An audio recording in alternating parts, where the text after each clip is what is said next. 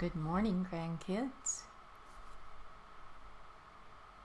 Let me fix my camera.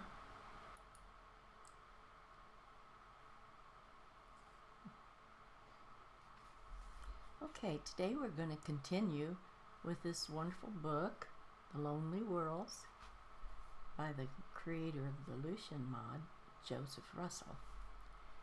And I'm reading this book firsthand with you guys because I read the first chapter myself and decided it was so wonderful I wanted to share it with all of you.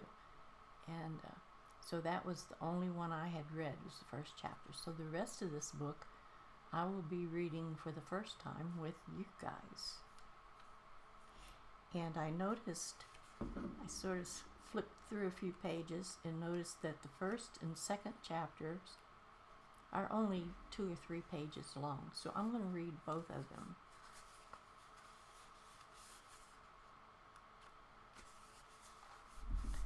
If I can get it out in the light so I can see. So remember at the end of the last chapter, we saw claws flash. I'm on the ground. My knife sinks into flesh. Its teeth close over my shoulder. Agony. The beast collapses, an arrow in its back. A figure approaches, and I pass out. That was quite a cliffhanger to be left on, wasn't it? I jolted awake to sudden, ferocious burning all across my shoulder, and I can't help crying out in pain. What's happening? Where am I? I look around me in confusion. A cave? How did I get here? I'm shirtless, but I don't remember undressing.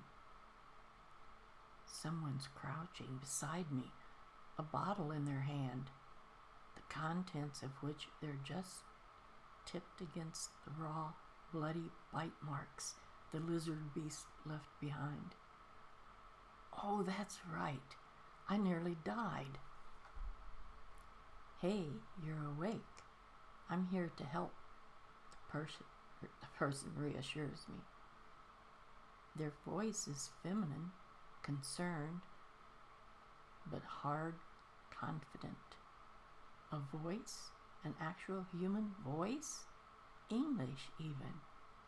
The accent is British, Southern, like mine. How is that possible? Am I dreaming? I try to turn my head to get a better look at the speaker, but the pain flares even brighter and my vision dims. I slump back to the ground. It hurts is all I can say. I bet it does, she replies. This is the first time that I've spoken to another person since I left home. I've imagined meeting someone before, but I had hoped to do it in better circumstances. What does that mean, though? Are there people on this world? The concept excites me, but God, my shoulder hurts. Lizard got you bad, she continues.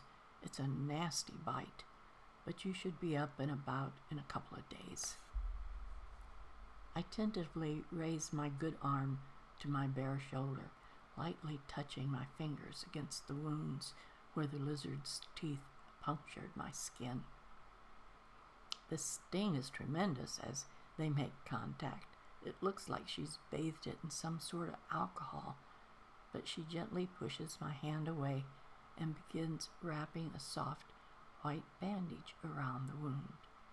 That hurts too, but I manage to turn my head and smile at her gratefully, seeing her for the first time in the light of the fire she's built near the cave mouth.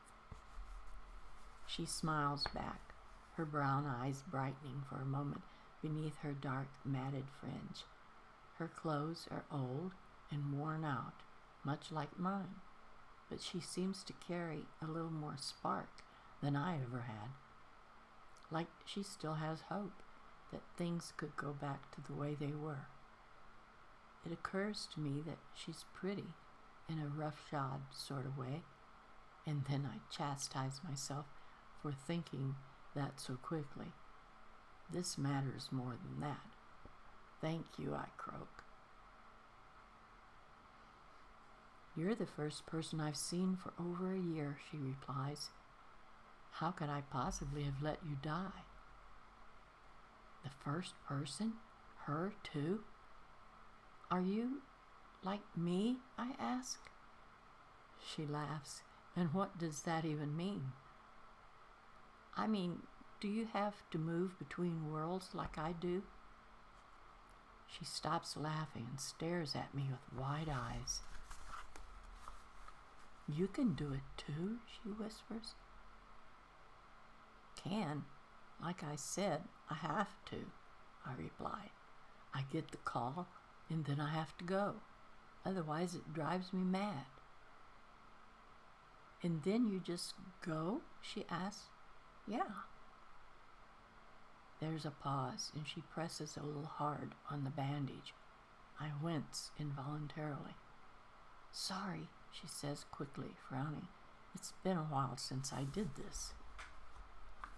How did you learn? Were you a nurse before? She shakes her head and chuckles very softly. A girl guide. We did a first aid course. I laugh loudly, possibly a little deliriously. It's just that the mention of something so mundane, so ordinary, in the middle of all this is somehow hilarious. Well, I say, lifting myself up a little as she finishes tying the bandage in place. You're doing a fine job. She shrugs and tells us to be prepared, so I try. Back up a second. She shrugs. They tell us to be prepared, so I try. In the class she took, evidently. She shrugs. What's your name? I ask. I want to know everything about her. I haven't spoken to anyone for so long. I'm desperate to find out everything about this new person who's arrived so fortuitously into my life. Haley. And you? Felix.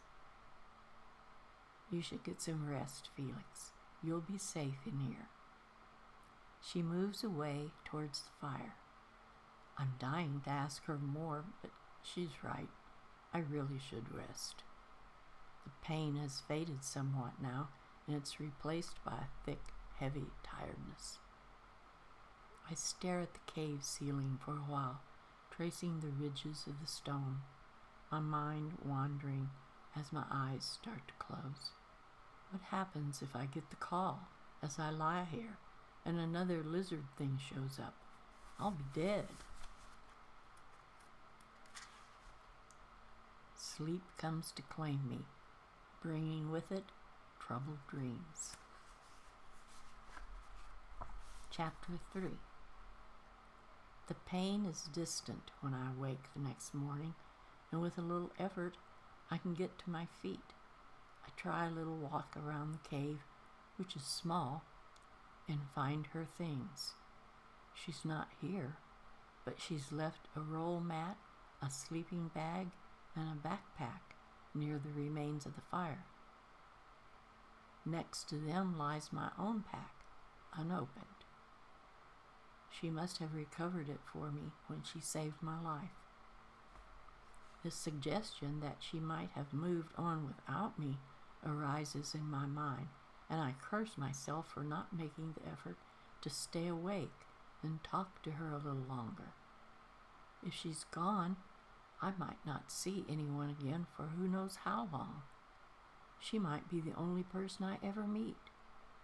I stagger to the mouth of the cave and lean against the wall for support, peering outside.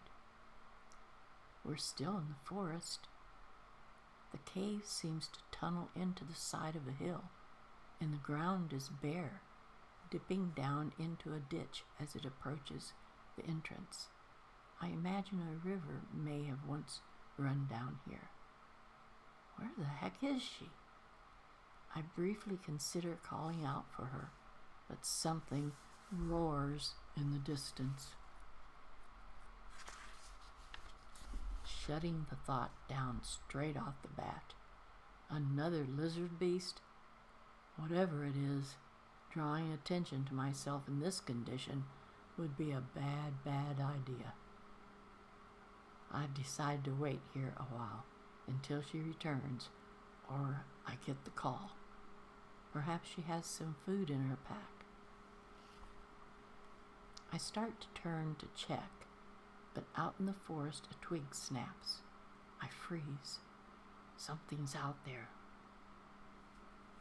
I listen intently, waiting for another sound and wondering if I might be able to run.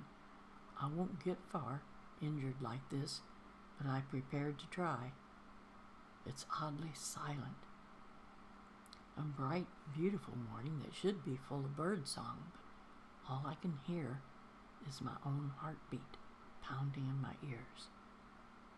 Thud, thud, thud, thud, thud, thud, snap. I reach for my knife, still in the pocket of my walking trousers, and retreat back into the cave with it in hand, ready for a fight. The undergrowth parts.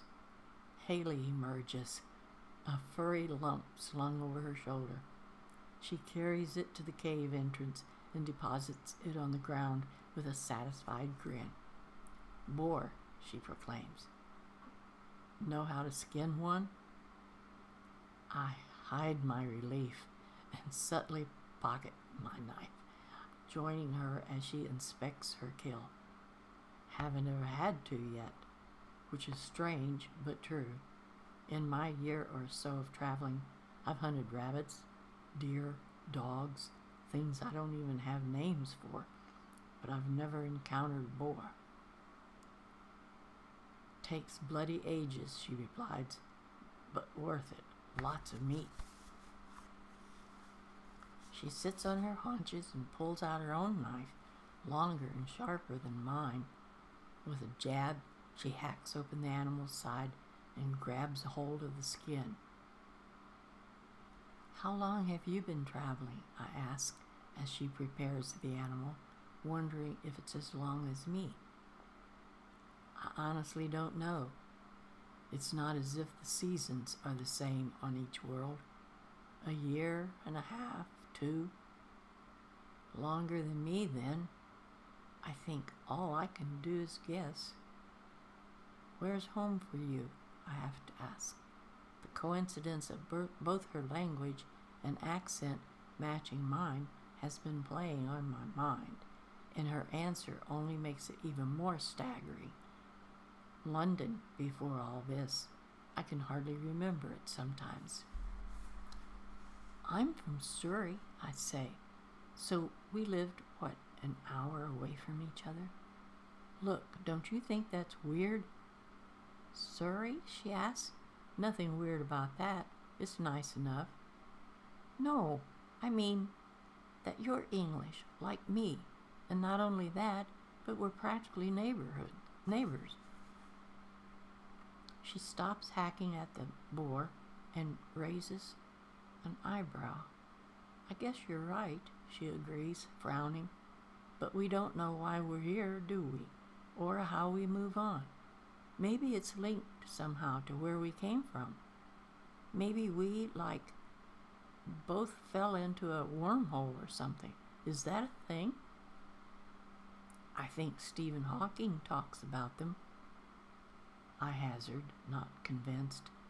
"But that would move us once, not over and over like this. I think about the bodies that I found back on the world with the vultures. Would they have been English too? It was possible.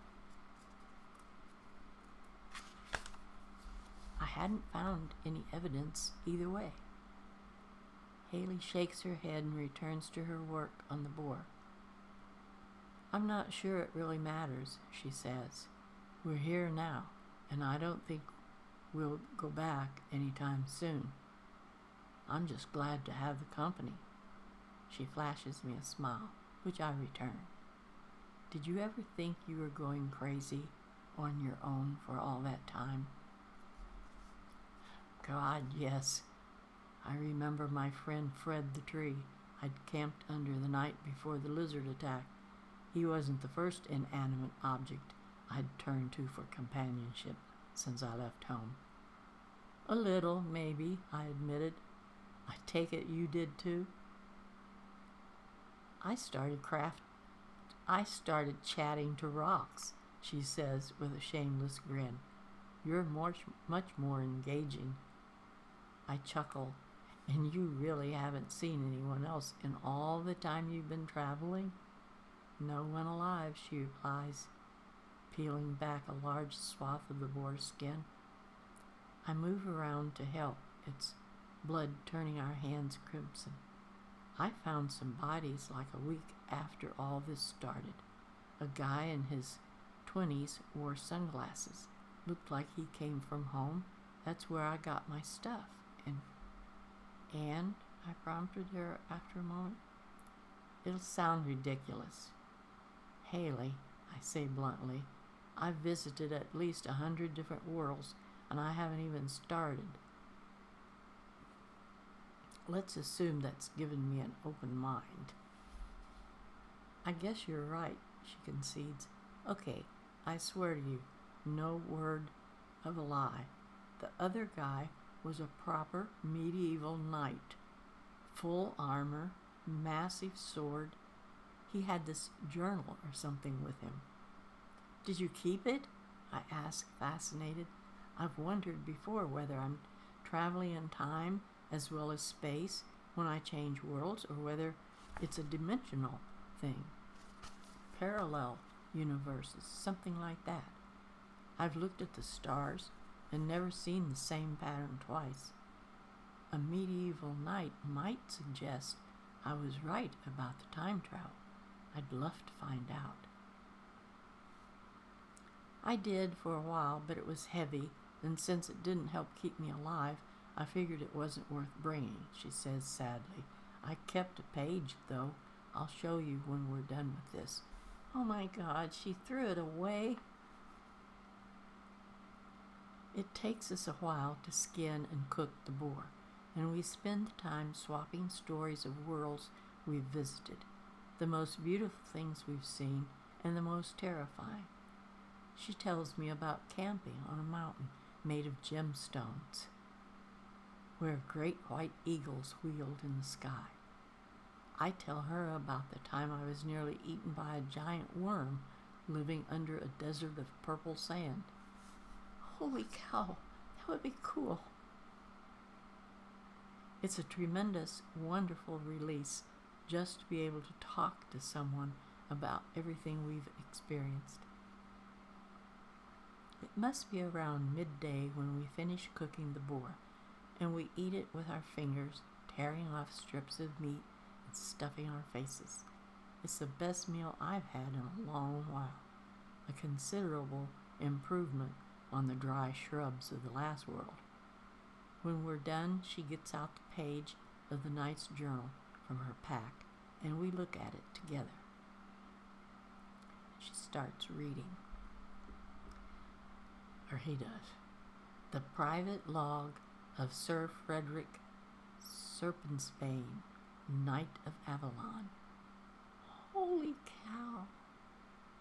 I read aloud. Day the 5th of my most peculiar excursion to worlds unknown. So he was like them too. I have encountered another traveler like myself who gives his name as Will, civilian of a land unfamiliar to me that he calls Texas. He spells it Teksus, because the knight doesn't know anything about our Texas. He is a friendly, if slow-witted chap, and I feel it would be efficient for us to pool our resources, such that I may more expediently return to my men who fight on without me in the south. in your dreams. And then there's this noise, difficult to describe, like silence, but amplified. It drowns out my voice. It drowns out everything. I meet Haley's eyes, and it's obvious she can hear it too. We both listen, and after a while, it feels like somehow emanating from the back of the cave. Oh gosh. I hand her back the note, which she folds and returns to a pocket, and then we get to our feet and move towards the noise, almost in a trance. If you'd asked me 10 minutes ago, I'd have sworn the cave didn't go back any further than a few meters, but now it seems to stretch on forever, a great chasm of shadow beckoning us by our very souls. Side by side, we walk into the darkness. I know nothing. We are nothing. Everything is nothing except the voice. You have come a long way, it intones. Come a little farther. There isn't far left to go. Seek me out. Beyond the burning world, through the realm of ice, to the gates of hell itself. There I wait for you. There everything ends. Holy cow. We emerge from the darkness back into the cave. The boar still lies half-eaten, our things scattered where we left them. I lift a hand to my shoulder, and I'm amazed to see my wound is gone, healed completely, with no trace of a scar. I let the bandage fall to the floor. Haley looks at me, and I look at her. Somehow, after what we've just experienced, I feel I know her better than I've ever known anyone. She takes my hand, and together we look outside. The forest has gone, replaced by a land of jagged mountains and cracked earth. Everything is aflame, bar a single path leading out across the fire. We gather our things wordlessly, and then, fully dressed, packs on our backs, we stand at the cave entrance. We have something now that we haven't known for a long time, a purpose. And with that, we step out into the flaming night. Holy cow, guys! That voice back there tells them where they are to go. Seek me out beyond the burning world. That's the one they're getting ready to go through. Through the realm of ice, to the gates of hell itself. There I wait for you. There everything ends. Guys, I can't wait until next Friday, but I promise I won't read ahead. I promise. This is so exciting. I hope you guys are liking it as much as I am. I love stories when each chapter leaves you on a cliffhanger. So I will see you guys all next Friday. And Joseph, I hope you like this part also. Goodbye, everyone.